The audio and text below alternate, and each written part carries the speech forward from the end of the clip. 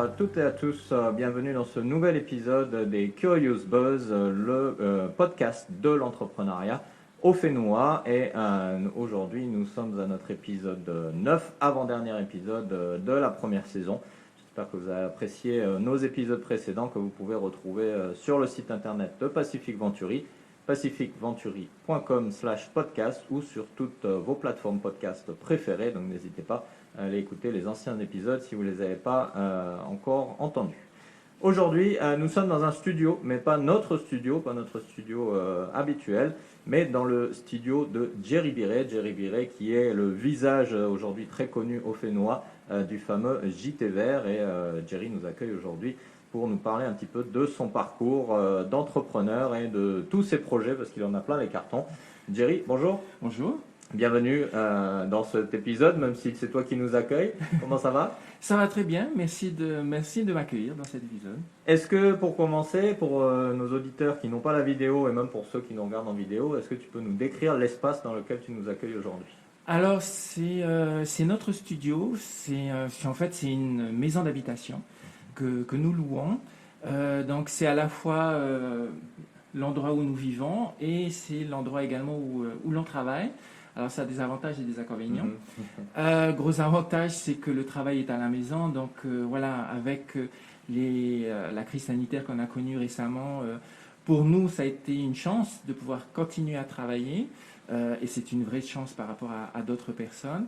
Et l'inconvénient, c'est que le travail est toujours là. Et donc on a plutôt tendance à oublier de vivre un petit peu. Et on travaille beaucoup. C'est un lieu plein d'énergie du coup. Voilà, c'est un lieu, comment dire, où j'ai vécu. Enfin, moi, j'ai vécu avec la famille qui vivait avant ici, et donc c'est quelque chose qui moi me porte. Et donc ça, parce qu'il y a plein de souvenirs familiaux, etc. Donc ça nous permet d'avancer dans nos projets. D'accord, merci. Alors, Jerry, tout le monde au Fénois te connaît maintenant, avec ta fameuse moustache qu'on ne voit pas aujourd'hui parce qu'on a le masque, pandémie oblige. Donc le JT Vert est l'émission phare de ton entreprise. Et ce que justement beaucoup de gens ne savent pas, c'est que le JT Vert, derrière, il y a une entreprise, une boîte de production dont tu vas nous parler. Moi, ce qui me surprend beaucoup dans ce projet, et c'est pourquoi je voulais t'avoir aujourd'hui sur cet épisode, c'est que c'est une émission engagée. Oui. Avec un projet, avec une vision. Et finalement, tu es la preuve qu'on peut être entrepreneur et engagé et rallier le côté business, économie au côté, c'est-à-dire presque activiste, ou en tout cas citoyen engagé qui fait quelque chose pour les autres. Donc, est-ce que tu peux nous présenter le JT Vert, la boîte de prod qu'il y a derrière et voilà, quel est le concept que tu as développé?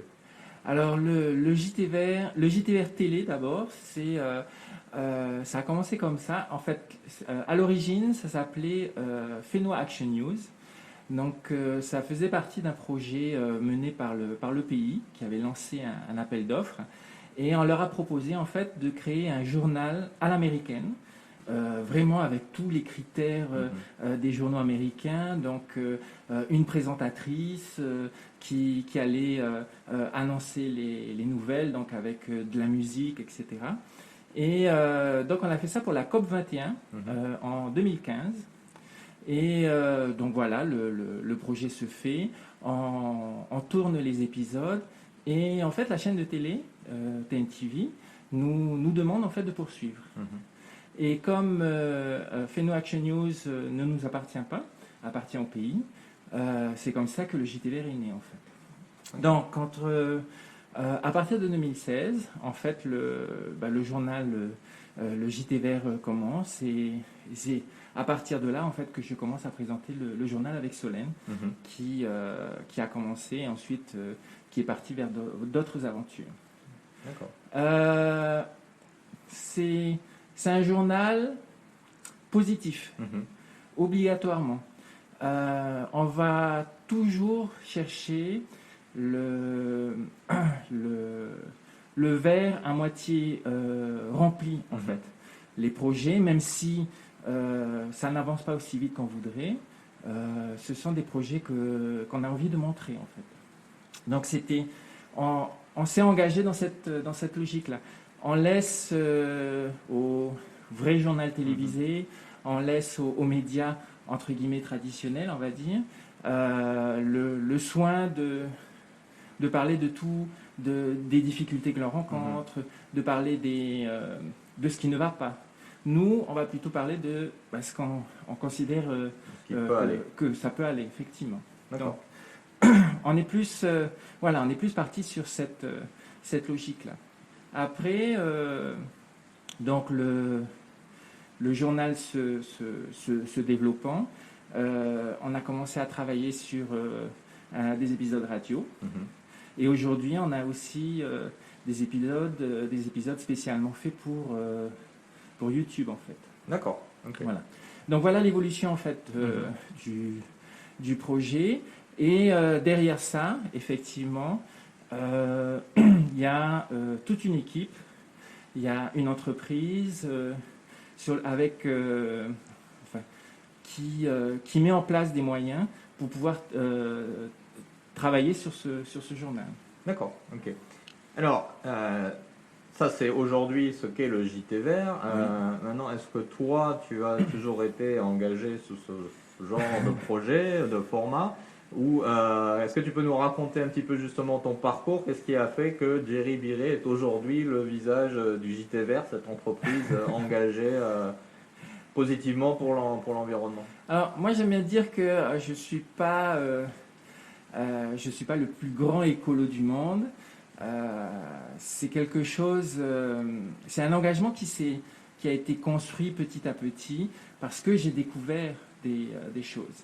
Moi j'ai travaillé dans une banque, ensuite j'ai travaillé dans d'autres entreprises et voilà, un petit peu comme tout le monde en fait. L'environnement, c'était pas forcément ma priorité. Et un jour en fait on m'appelle et je suis devenu conseiller technique auprès du ministre de l'Environnement. D'accord. Je suis resté 2 ans conseiller technique et c'est comme ça en fait que j'ai découvert l'environnement et de toutes les questions qui tournaient autour du traitement des déchets, de la lutte contre les pollutions, etc. etc. Et donc à partir de là, je me suis dit je dois apporter mes compétences pour traiter ce genre de sujet. Et c'est comme ça que le JTVR est arrivé. D'accord. Mais tu n'as pas de formation média ou dans ce domaine-là en tout cas. Alors non, à la base je suis juriste. D'accord. Ils sont partout. Donc moi j'ai fait des études juridiques. Toutes mes études ont été faites ici en Polynésie. Je ne suis jamais parti. Et voilà, et petit à petit, je me suis intéressé à la communication, je me suis intéressé à l'environnement et donc de toutes les questions que nous nous posons aujourd'hui dans le JTVR. D'accord, c'est la curiosité qui t'a amené à... Moi, j'ai eu la chance d'avoir des profs à l'école qui m'ont toujours appris. Alors, je ne le dis pas forcément, mais j'ai fait du latin et du grec à l'école. J'ai passé mon bac en latin. Donc il faut le faire déjà. Et en fait, j'avais un prof de latin qui m'expliquait tout au long de ses cours que dans la vie, il ne faut pas être intelligent, il faut être malin. Et il faut être curieux de tout. Donc en fait, on m'a appris d'apprendre tous les jours, d'être curieux, d'aller chercher, de poser des questions. Et c'est ça en fait qui m'anime, qui fait que j'ai envie de découvrir de nouvelles choses tous les jours en fait. D'accord. Donc c'est pour ça que après j'ai découvert la communication, j'ai trouvé ça intéressant, j'ai cherché, je me suis formé tout seul, j'ai posé des questions un petit peu partout, même chose pour l'environnement et c'est comme ça que c'est venu. D'accord. Et est-ce que c'est cette même curiosité ou cette même envie de découvrir de nouvelles choses qui t'a amené vers ce business model qui est de dire on va créer une entreprise active et profitable, c'est pas un gros mot, hein, il faut le rappeler, au travers d'un message engagé, d'un message fort pour aider justement la société à évoluer? Oui, moi je dis toujours que l'environnement c'est notre premier trésor, c'est notre première industrie. Sans cet environnement, il n'y aurait pas de Fénois. On ne serait pas là. Et c'est ça qui fait tourner en fait et qui peut faire tourner l'économie. La preuve, c'est qu'on est là.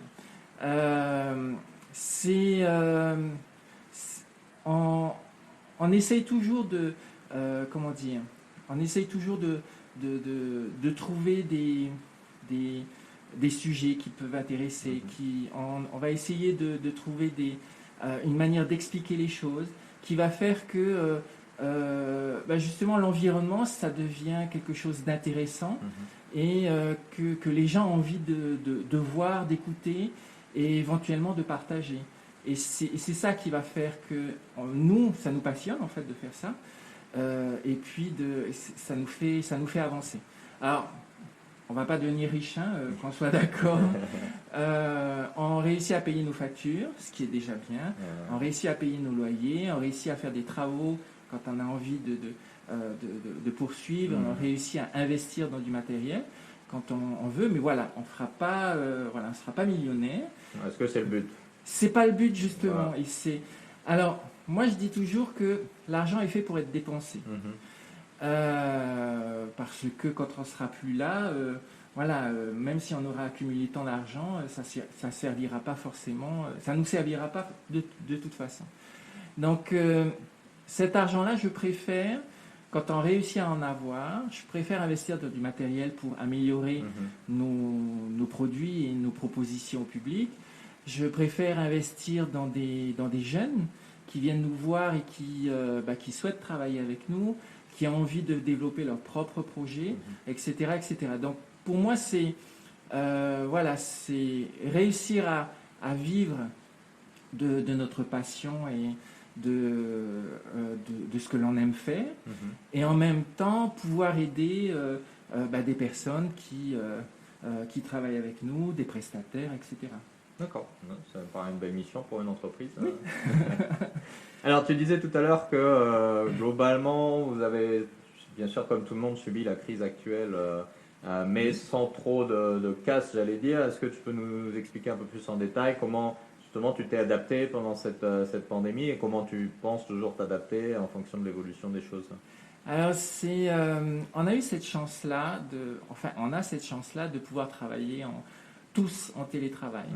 Alors juste avant le confinement, on avait des interviews enregistrées d'avance et donc pendant le confinement, quand il nous était impossible de nous déplacer, de nous réunir, en fait chacun d'entre nous travaillait à la maison, on s'envoyait les fichiers, on faisait le montage à la maison, on allait le contrôler après derrière, ensuite on le transmettait à nos diffuseurs. Parce qu'il ne faut pas oublier qu'on a une émission de télé à faire, à diffuser le dimanche, mais également on a une émission de radio à diffuser tous les jours sur 2 radios. Et donc c'était... ça nous a permis en fait de mettre en place des procédures qui ont fait qu'on a pu fournir les émissions qu'on devait fournir. Donc et c'est pour ça par exemple, si vous écoutez le JTV Radio tous les jours, en fait la voix a changé, parce que c'était moi qui le présentais auparavant. Et après pendant le confinement, en fait c'est Nuku Atea qui a pris l'émission, parce que c'était beaucoup plus facile pour nous de travailler de cette façon-là. Alors j'explique rapidement comment ça se passait. C'est qu'auparavant, on enregistrait ici ma voix, donc j'écris les textes, j'enregistre ma voix. Ensuite, Nuku Atea prend les fichiers, fait le montage, rajoute la musique, et ensuite on envoie à la radio. Et pendant le confinement, c'est un petit peu difficile de faire tout ce processus. Donc moi, ce que je fais désormais, c'est que j'écris le texte. J'envoie à Nuku Atea, je lui ai proposé de poser sa voix. Donc c'est ce qu'il a fait. Il monte, ensuite on envoie le tout à la radio. Et le circuit est beaucoup plus simple. D'accord. Juste être adaptatif pour s'adapter au contexte. Il faut s'adapter au contexte, il faut être imaginatif. Il faut savoir déléguer. C'est vrai que quand on a l'habitude, on prend un petit peu la grosse tête en disant c'est moi le présentateur, et c'est puis ma voix, voilà.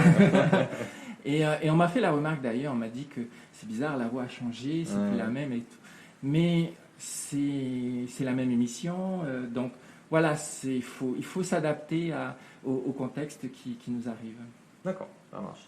Ok, on va faire une petite pause pour entendre un Oui. message de nos annonceurs et on se retrouve dans quelques instants pour continuer et on parlera un petit peu plus de ton parcours d'entrepreneur ensemble.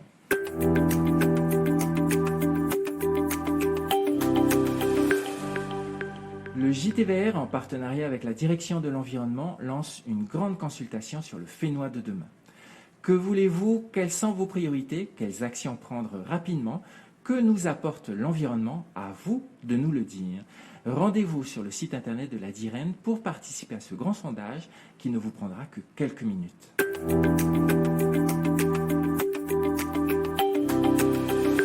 Et nous sommes de retour, toujours avec Jerry Biret dans les studios du JT Vert. Jerry, ça va toujours? Ça va toujours très bien, merci. Ok, on va passer à des questions un petit peu plus personnelles maintenant. On va s'intéresser à ton parcours d'entrepreneur parce que l'objectif de ce podcast, c'est aussi de montrer qu'est-ce qu'il en coûte ou en tout cas qu'est-ce qu'il faut pour devenir entrepreneur. C'est pas un parcours difficile, mais c'est un parcours qui a ses challenges.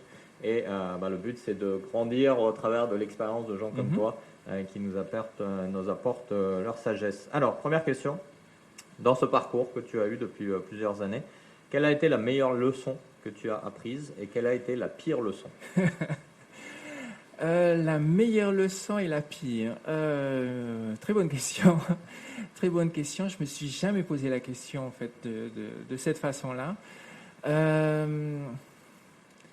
La meilleure, je dirais, la meilleure, c'est ça a été une découverte. C'est que quand je me suis mis, en fait, pour replacer un petit peu dans le contexte, ça faisait 10 ans que j'envisageais d'être prestataire. Donc c'était en 2000. Je rentre dans une nouvelle entreprise, en fait, à la CPS, tout simplement, en 2000, et je me dis à ce moment-là, tiens, il faudrait que un jour je devienne entrepreneur. Donc je commence à me mettre en ordre de marche pour un jour devenir entrepreneur. Donc je suis rentré à la CPS parce que c'était un nouveau défi pour moi, j'allais apprendre de nouvelles choses. Et j'allais apprendre des choses qui allaient me permettre à un moment donné ou à un autre de devenir entrepreneur. Donc je faisais beaucoup de recherches. Quand on me proposait des formations, j'acceptais les formations pour pouvoir apprendre. Donc ça, c'était en 2000 et je suis devenu entrepreneur 10 ans plus tard. Donc le 1er janvier. Ça a été un long cheminement, effectivement. Parce que je suis arrivé à un jour en 2010 où je me suis dit ça y est, je suis prêt, parce qu'il y a eu des situations qui ont fait que ça m'a conduit automatiquement vers l'entrepreneuriat. Tout simplement, c'est que à l'époque j'étais à l'OPH en tant que directeur par intérim et on m'appelle ce jour-là pour me dire voilà, on va te remplacer. Et c'est c'est cet événement qui a fait que je vais me remettre en cause. Qu'est-ce qui s'est passé depuis toutes ces années? Est-ce que je suis prêt? Et c'est à ce moment-là que je me suis dit oui, je suis prêt, c'est maintenant qu'il faut que je fasse. D'accord. Donc alors ça peut être considéré comme oui, c'était pas une situation facile à vivre. C'était plutôt difficile, mais avec le recul, je pense que c'est la meilleure chose qui me soit arrivée en fait. Ouais. C'est sans cet événement-là, sans le fait de me faire virer de mon poste, je ne serais pas là où je suis aujourd'hui. Donc quand je reprends, en fait, quand j'y repense, je me dis, voilà, c'est grâce à cet événement-là que c'est arrivé. Donc voilà, ça s'est mis en place de cette façon. Ensuite, petit à petit, donc, je m'adapte à ma nouvelle vie. Du jour au lendemain, j'ai plus de salaire. Voilà, c'était une situation. Enfin, j'avais fait des économies exprès justement pour pour pouvoir vivre pendant un certain temps comme ça. Et puis, et un jour, je m'aperçois, en fait, souvent, comme je travaillais à la maison, donc je m'habillais plus forcément pour aller au travail.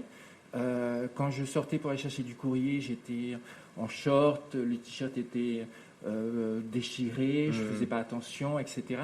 Et à chaque fois que je rencontrais quelqu'un, la personne me disait « Ah, tu es en congé ?» Et à chaque fois, les gens avaient l'impression que j'étais soit en vacances, oui, voilà, c'était cette image-là, en fait, que je... Dilettante. Voilà, que je donnais à tous ces gens-là.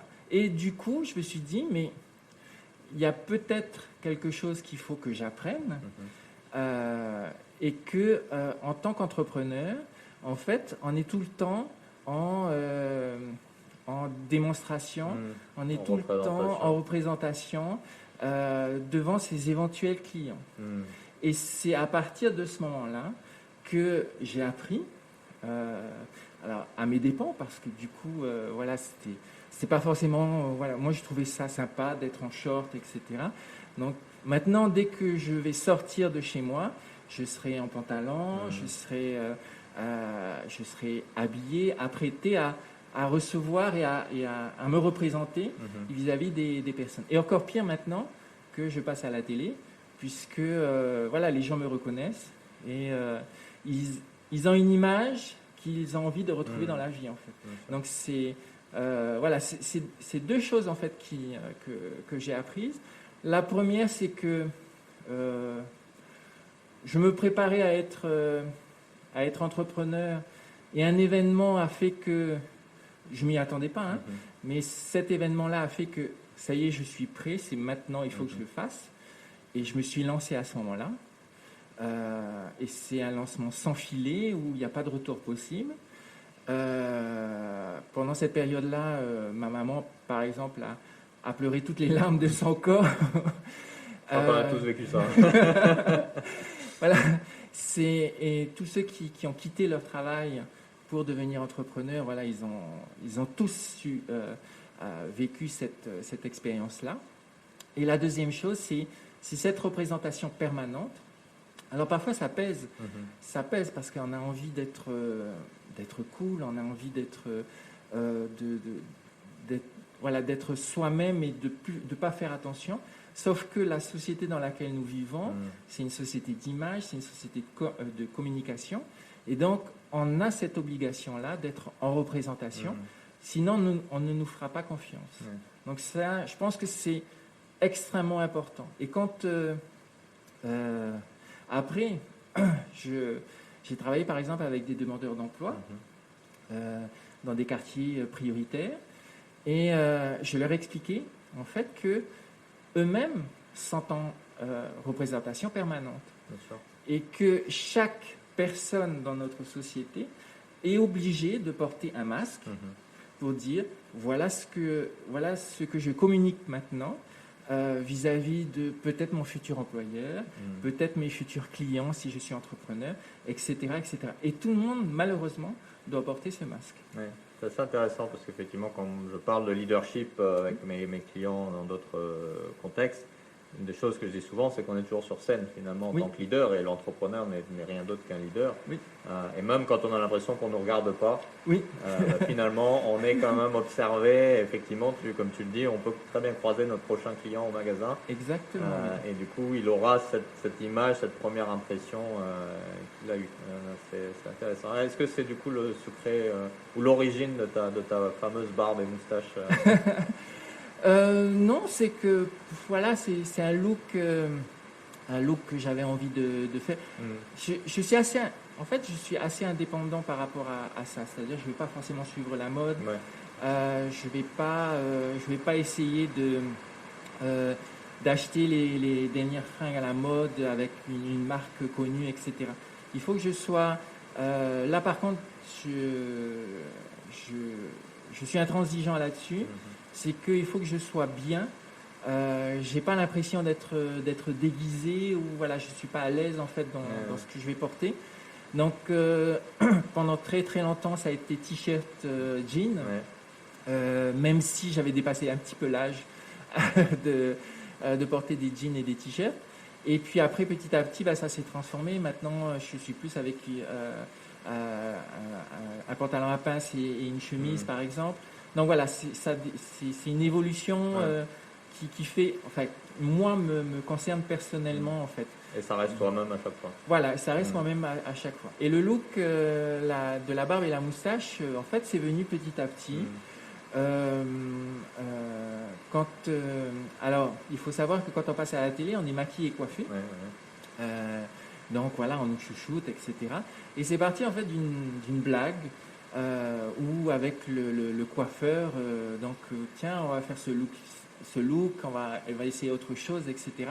Et petit à petit, en fait, les cheveux ont poussé.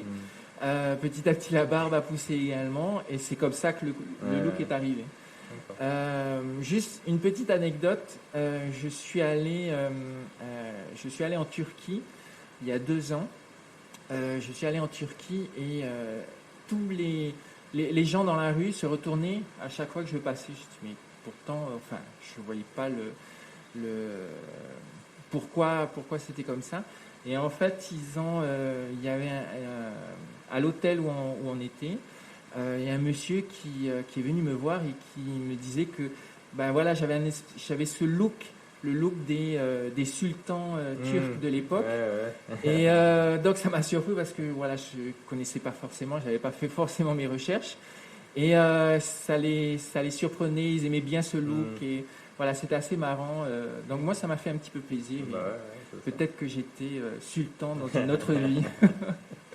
Alors, je reviens, j'allais dire plus sérieusement maintenant, parce que c'est un point important quand même, mais à ce moment clé qui t'a fait faire ce changement. Tu dis que tu t'es préparé pendant 10 ans, puis finalement, un événement imprévu et pas forcément facile à vivre est arrivé. Est-ce que tu penses que justement, c'est peut-être ta capacité à interpréter la réalité et les événements de la vie comme des opportunités qui t'a aidé justement à un moment de te dire c'est là qu'il faut que je le fasse, ou est-ce que tu penses que c'est lié à autre chose? Est-ce que tu peux peut-être nous éclairer là-dessus? Ah oui, clairement. En fait, moi j'ai une vision de la vie un petit peu comme ce que je disais tout à l'heure pour le JT Vert.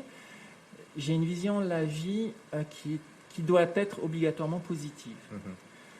Sur chaque instant, j'essaye de trouver le côté positif de la chose. Je racontais tout à l'heure que l'événement qui m'est arrivé quand j'étais directeur de l'OPH, un événement qui n'est pas facile à vivre, qui sur le moment, moi je l'ai mal vécu. C'était très très très difficile pour moi. Mais voilà, après avec le recul, je vais me poser, je vais attendre un petit peu, je vais réfléchir sur ce qui est en train de se passer. Et du coup, voilà, petit à petit,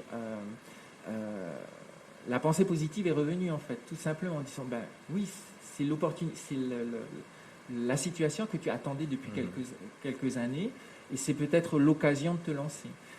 Tu as appris plein de choses. Et c'est là où j'ai fait un retour sur tout ce que j'avais fait. Donc j'avais commencé à travailler dans une grande banque de la place. J'étais service contentieux. Ensuite, je suis passé à la CPS où là, j'ai travaillé sur ma spécialité, sur les conventions. J'ai travaillé avec les professionnels de santé, sur de la négociation de contrats, par exemple. Après, je suis passé à l'OPH où là, ça a été la gestion de projet, la gestion de personnel. Voilà, vraiment des choses que j'avais apprises. Et du coup, tout ça fait que tu as appris ci, tu as appris ça, tu as appris à gérer une entreprise, tu as appris à gérer du personnel. Maintenant, je pense que tu as fait le tour et il faut que tu te lances. Et c'est ça que je me suis dit.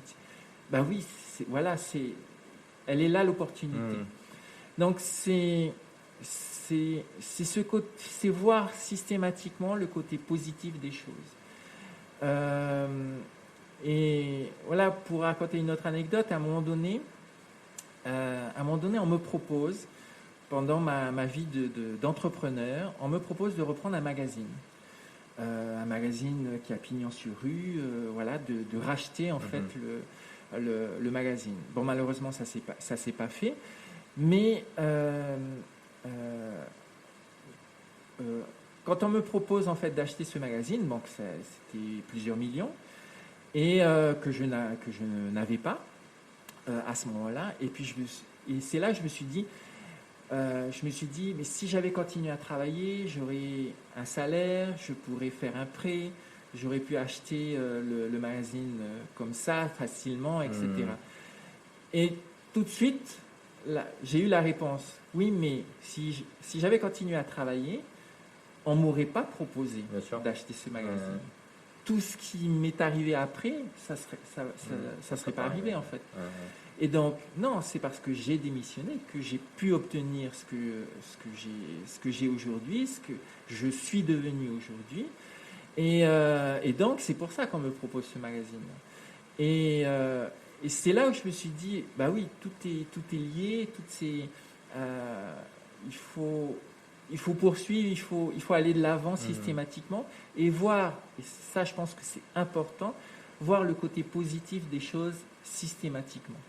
Il y a toujours quelque chose de positif à retirer, même des choses les plus difficiles à vivre au jour le jour. Je pense très sincèrement qu'il y a toujours quelque chose de positif. Alors après, on va me dire, oui, c'est facile de dire ça. Quand on a des grosses difficultés, c'est pas facile. Ça, je le conçois. Hein, oui, il y a plus ou moins de challenges, mais il y a quand même malgré tout la possibilité de trouver des opportunités. J'ai vraiment ce sentiment-là. Oui, j'en suis persuadé. Oui.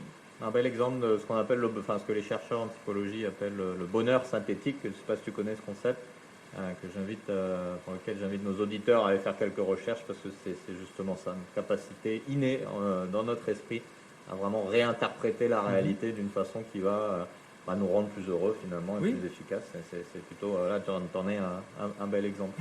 Merci. Alors Jerry, il y a une question qui est désormais très célèbre dans les Curious Buzz, qui est une question un peu révélation on va dire, mais parce que généralement au travers de cette question on en sort avec le cœur de l'expérience entrepreneur. Est-ce qu'il y a quelque chose, un événement, une situation ou une pensée que tu as eue dans ta vie d'entrepreneur, donc pas question de ne pas être fier, mais en tout cas voilà, quelque chose dont tu n'as jamais vraiment osé parler à d'autres personnes et que tu pourrais partager avec nos auditeurs aujourd'hui, quelque chose qui t'est arrivé dans ton parcours que tu n'as jamais osé, dont tu n'as jamais osé parler et que tu pourrais nous révéler aujourd'hui. C'est une... C'est la question dure. C'est une question effectivement extrêmement difficile. Parce que malgré tout, voilà, malgré le fait que je passe à la télé ou je sois entre guillemets une personnalité publique, je reste un très grand timide et il y a beaucoup de choses dont je ne vais pas forcément parler. Il y a peut-être une chose sur laquelle que je pourrais aborder, c'est j'en parle pas forcément beaucoup, c'est d'où je viens en fait, d'où je viens. Alors c'est vrai que quand on va me voir à la télé avec voilà, apprêté en représentation, c'est un présentateur télé, donc voilà, il y a cette image là. Entre guillemets de bonheur et de prospérité, alors que c'est pas forcément le cas. Et ce qu'il faut savoir, c'est que moi j'ai vécu quand je suis né en Nouvelle-Calédonie et quand je suis revenu, quand je suis arrivé en Polynésie avec ma maman, donc on a eu quelques difficultés et donc du coup j'ai été en pension. Donc j'ai été voilà, parce que je devais aller à l'école, que l'école était à Papeete et ma maman habitait Paea, donc il fallait que j'aille en pension. Donc ça a été un déchirement pour moi de quitter en fait. J'avais jamais quitté ma maman, donc de quitter ma maman pour aller à l'école et poursuivre mes études. Et elle, ça a toujours été les études. Et après, on verra ce qui va se passer. Donc, en fait, j'ai vécu de la solidarité de la Polynésie. J'ai été boursier. Ma maman vit dans un lotissement social. Donc, alors elle s'est battue pour obtenir cette maison, pour pouvoir y loger ses enfants, donc mes frères et sœurs. Donc voilà. Et en fait, elle s'est battue toute sa vie pour nous permettre, nous, ses enfants, de nous développer, de faire ce que l'on a envie de faire aujourd'hui. Donc voilà, moi j'ai vécu de cette solidarité-là. Et maintenant que je suis entrepreneur, je pense que l'une de mes missions, c'est de pouvoir redonner à la Polynésie ce qu'elle a pu me donner pendant toutes ces années. C'est souvent en fait ce qui va me guider dans mes choix. Quand je vais rencontrer un jeune entrepreneur qui a besoin d'aide, quand je vais rencontrer quelqu'un qui cherche du boulot, par exemple. Alors, je ne peux pas offrir du boulot à tout le monde. Bien sûr. Mais si je peux aider dans la mesure de mes moyens, je vais essayer de le faire, en fait. Je vais tenter d'aider toutes ces personnes-là parce que je me dis que c'est l'occasion pour moi de redonner à la Polynésie ce qu'elle a pu me donner pendant toutes ces années-là. Alors, ça peut passer par... c'est souvent de la formation. Quand on me demande, par exemple, de venir dans des écoles, j'y vais en courant, au contraire, parce que ça me fait plaisir d'y aller, d'échanger.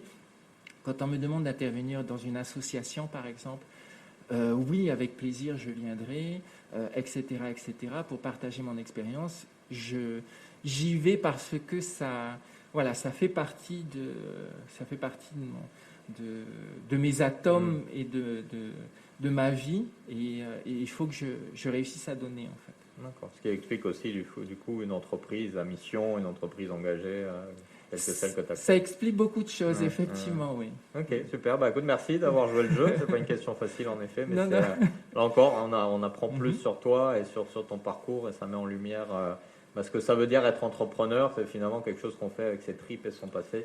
Oui. Qui nous aide vraiment à construire après sur cette base-là. Je pense que l'entrepreneuriat, c'est avant tout une passion. Quand on est passionné par quelque chose, peu importe l'argent, peu importe le temps qu'on va y passer, c'est de la passion. On va vivre passionnément la vie qu'on aura choisie. Et voilà, il n'y a aucune difficulté ne pourra venir à l'encontre de ce que l'on a envie de faire. Et donc ça devient une mission, ça devient quelque chose qui va au-delà de toutes les considérations financières, économiques que l'on peut avoir dans notre système capitaliste aujourd'hui. C'est pas forcément l'argent qui nous intéresse, mais plutôt payer les factures, ça je le redis, mais c'est surtout pouvoir vivre de sa passion et de pouvoir continuer de poursuivre sur toutes ces voies. Ok, super. Écoute, merci. Merci. On va faire une deuxième pause pour un message rapide de nos annonceurs. On se retrouve juste après pour parler un petit peu du futur.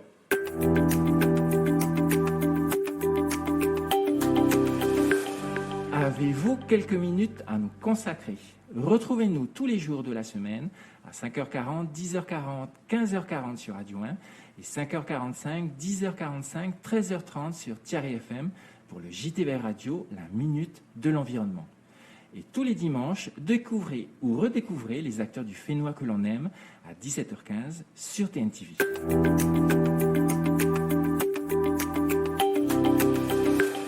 Et nous sommes de retour pour la dernière partie de cet épisode des Curious Buzz en compagnie de Jerry Viret. Ça va, t'as pris une petite respiration entre-temps, après les questions difficiles. Alors, Jerry, je pense que tu es encore bien mieux placé que beaucoup pour qu'on parle ensemble du futur, mais on va commencer d'abord par parler de ton futur en tant qu'entrepreneur. Comment tu vois l'avenir pour toi et ton entreprise? Écoute, l'avenir, alors je dirais curieusement, la situation d'aujourd'hui a fait que on a eu encore plus de temps pour réfléchir sur de nouveaux projets. Et donc, du coup, on a énormément de projets qui sont en train qu'on est en train de mener, qui sont en train de sortir. Dans la maison de production, là, on a travaillé sur une émission de musique. Donc, là, il y a le deuxième épisode qui est en train de sortir. On est en train de travailler sur une émission de sport. On est en train de travailler sur 2 émissions de vie, comment dire, de vie quotidienne, on va dire. Voilà, il y a énormément de choses, de projets.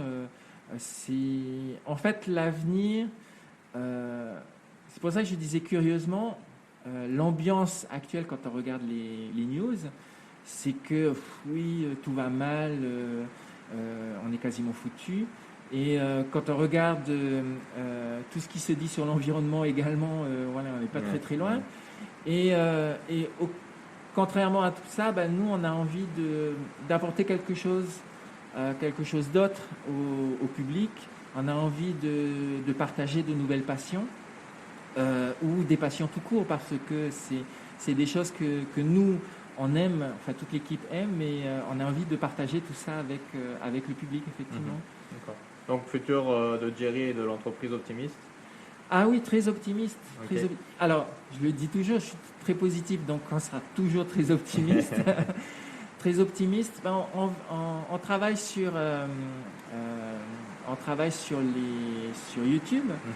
Donc voilà, on a cette possibilité on n'est pas bloqué par une diffusion, voilà, par des règles de diffusion, par exemple. Sur Internet, c'est un petit peu plus facile, un petit peu plus libre. Donc voilà, et ça on peut toucher une audience mondiale. Donc voilà, ça nous permet aussi de partager avec des gens qui sont à l'extérieur de la Polynésie et non pas forcément rester sur le marché local.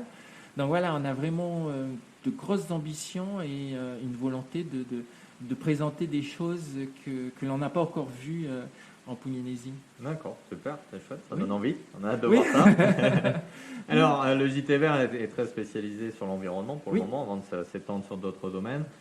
Du coup, toi qui bosses là-dessus tous les jours, comment tu vois l'avenir de nos îles, l'avenir du monde, au travers de tous les challenges, toutes les difficultés que l'on peut entendre aux infos, justement, comme tu le disais tout à l'heure? Moi, je dirais que j'ai confiance dans les Polynésiens. J'ai confiance dans les Polynésiens dans le sens où, depuis la nuit des temps, on a toujours été résilients. Alors, on a perdu quelques plumes, faut pas se leurrer, c'est difficile de se remettre en cause, mais on a toujours été résilients. Et c'est cette résilience des peuples du Pacifique qui est extrêmement importante et qui, je pense, qui va leur permettre en fait de s'adapter à tout ce qui va arriver. Donc, moi, j'ai confiance dans les peuples polynésiens, puisque si on prend tout l'océan Pacifique. Le JT Vert essaye de faire prendre conscience aux gens, voilà tout ce qui se passe à l'étranger, à travers le monde, voilà l'action de l'homme et quelles sont les conséquences en fait sur l'ensemble de la planète. Donc on n'a pas fait de très belles choses, mais en même temps, voilà ce qui se fait, voilà tous les projets que l'on est en train de mener, et notamment il y a énormément de projets en Polynésie. Alors il ne faut pas croire qu'on est ce petit grain de sable minuscule sur la planète, mais il y a énormément de projets, il y a des entrepreneurs qui s'installent. La grosse majorité des petites entreprises qui s'installent, ce sont des entreprises à vocation sociale, à vocation environnementale. Quand je dis à vocation environnementale, c'est qu'ils font attention justement aux Fénois. Donc voilà, il y a vraiment cette conscience-là qui est en train de se mettre en place. Et ces entreprises utilisent tous les moyens à leur disposition aujourd'hui pour pouvoir se développer, pour pouvoir communiquer à travers le monde. Et on n'a pas à rougir de ce qui se passe à l'extérieur, parce qu'ici, en Polynésie, il y a énormément de choses qui se font. Et c'est ça qui est intéressant à regarder. Donc voilà, moi, j'ai cette confiance vraiment dans les entrepreneurs, dans la population en général, parce que chacun a cette vision du Fénois. Donc c'est chez nous, ça fait partie de notre cœur, ça fait partie de notre âme, et il n'est pas possible de concevoir le Fénois sans la population. Il n'est pas possible de concevoir la population polynésienne sans le Fénois. Donc c'est pour ça que je suis relativement positif par rapport à ça. Et surtout, on est capable de montrer l'exemple au monde. On est capable de dire, voilà ce que nous sommes capables de faire ici. Regardez ce qui est possible de faire. Faites comme nous. Et c'est ça qui, moi, m'intéresse en fait dans le JT Vert, et d'être le témoin de tout ça. Donc résolument optimiste. Je suis résolument optimiste, oui. Ok, super.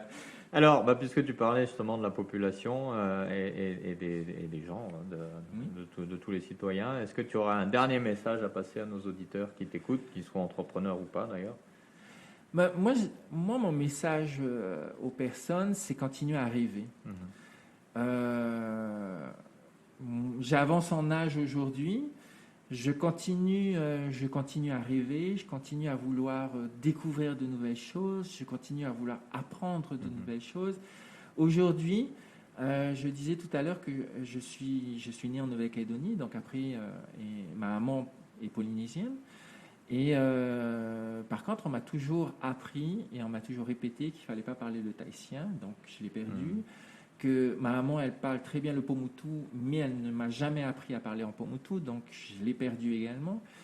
Et ça fait pour moi, c'est un manque en fait par rapport à ce que je suis aujourd'hui. Mais j'ai rencontré des gens en fait qui m'apprennent, qui me font découvrir, et j'apprends encore beaucoup de choses aujourd'hui.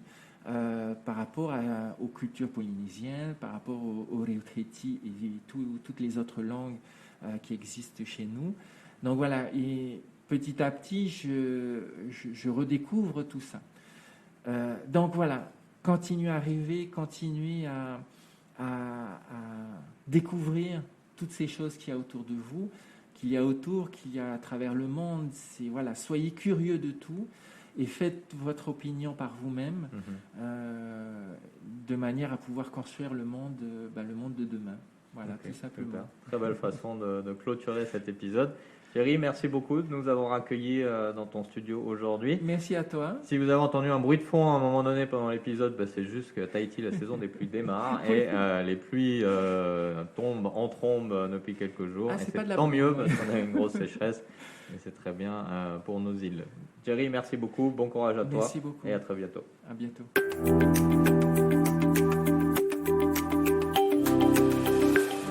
Voilà, c'était donc l'épisode 9 des Curious Buzz en compagnie de Jerry Biré du JT Vert. J'espère que vous avez apprécié cet épisode dans lequel nous avons essayé de vous montrer qu'un entrepreneuriat à mission est possible et permet en plus de développer des projets innovants et intéressants. Je vous retrouverai pour le dernier épisode des Curious Buzz saison 1 dans quelques jours avec notre dernier entrepreneur de cette première saison. N'hésitez pas entre-temps à partager cet épisode autour de vous, à nous liker sur les réseaux sociaux et les différentes plateformes de podcast. Et je vous dis donc à très bientôt pour un prochain épisode des Curious Buzz. Nana!